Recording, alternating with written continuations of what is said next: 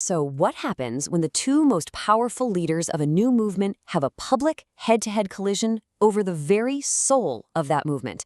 We're about to dive into a foundational crisis in the early Christian church, a dramatic showdown that pitted its two biggest figures against each other. This is the story of Paul versus Peter.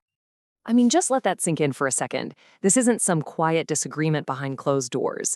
This is the Apostle Paul, on the record, talking about how he publicly called out the Apostle Peter, face to face. The tension here is just unbelievable, and as we're going to see, the stakes could not have been higher. So, what on earth could bring things to this point? What issue was so fundamental, so critical, that it would force this kind of public confrontation between the two pillars of the early church? Well, let's get into it. Okay, so our story kicks off in the city of Antioch. You've got to picture this place. It's a bustling, diverse, cosmopolitan hub, and it's one of the most important centers for early Christianity. This is the stage for the big standoff. So let's meet our two main characters. On one side, you have Peter, the rock, the leader of the original 12 disciples, the guy whose mission was primarily to his fellow Jews.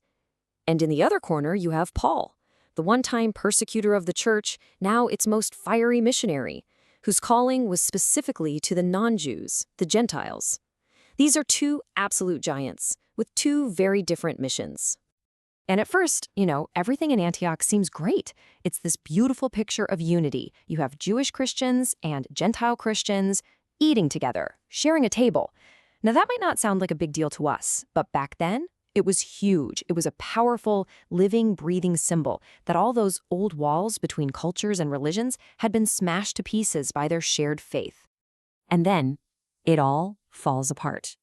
A group shows up from Jerusalem, sent by James, who was basically the head of the church there.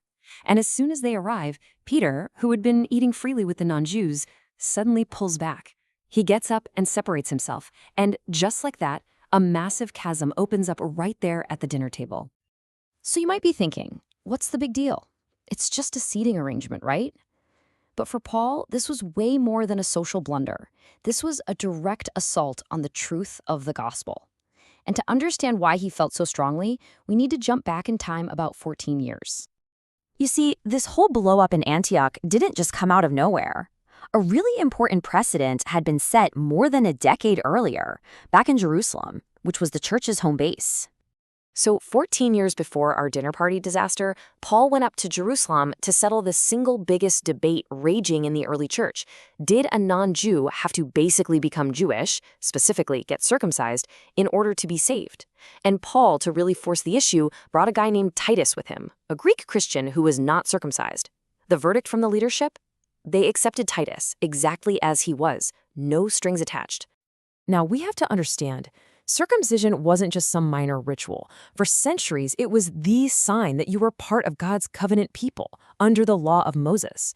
And there was a group who Paul bluntly calls false brethren, who were insisting that without this physical act, Gentiles simply could not be saved. They were adding a human work to what was supposed to be a free gift of faith. But the result of that Jerusalem meeting was crystal clear. The top leaders, Peter included, they heard Paul out and they sided with him. They fully endorsed his gospel of grace. They even gave him the right hand of fellowship, which was a formal way of saying, we're partners, we're on the same team.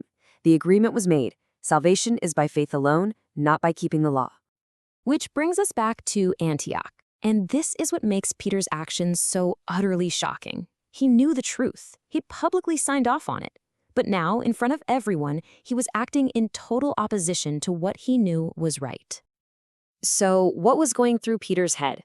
Well, the text is brutally honest. Peter was afraid. He buckled under peer pressure from this influential group that came from Jerusalem. His action, his separating himself, sent a horrible message. It implied that the Gentile believers were somehow unclean, that they were second-class Christians who needed to follow Jewish laws to be fully accepted. Paul had a word for this: hypocrisy, acting against what you know to be true. And the scary part? This hypocrisy was contagious. It was like a virus that started spreading through the church. First, Peter pulls away. Then, all the other Jewish Christians there follow his example. And then, and this must have just been a gut punch for Paul, even his dear friend and ministry partner Barnabas gets swept away by it all. The unity of the church was literally cracking apart right before his eyes. Paul knew he couldn't let this go. He had to act, and he had to act right then and there. So what followed was this powerful public takedown, a theological masterclass delivered right in the middle of a very awkward dinner. Paul just goes right for the jugular. He looks at Peter and basically says, "Peter, you're a Jew, but you don't even live under all the strict Jewish laws yourself. So how can you, by your actions, now try to force these Gentiles to live like Jews just to be accepted by you?" It was a brilliant way of exposing the blatant double standard. Now, to really get the heart of Paul's argument, we need to understand this one key term, justified. It's a legal word. It means to be declared righteous, to get a not guilty verdict in the courtroom of God. This is the biggest question of all. How does any person get right with God? And there were two very different answers on the table in Antioch. There was the path of law, which said you get right with God by what you do, by rituals, by following dietary laws, by circumcision. But Paul champions the path of faith. You get right with God not by what you do, but by trusting in what Jesus Christ has already done. One path is about earning it, the other is about receiving it as a gift. And then Paul makes it deeply personal.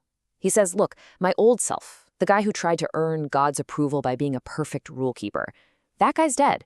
He was crucified with Christ. The person living now isn't really me anymore. It's Christ living in me.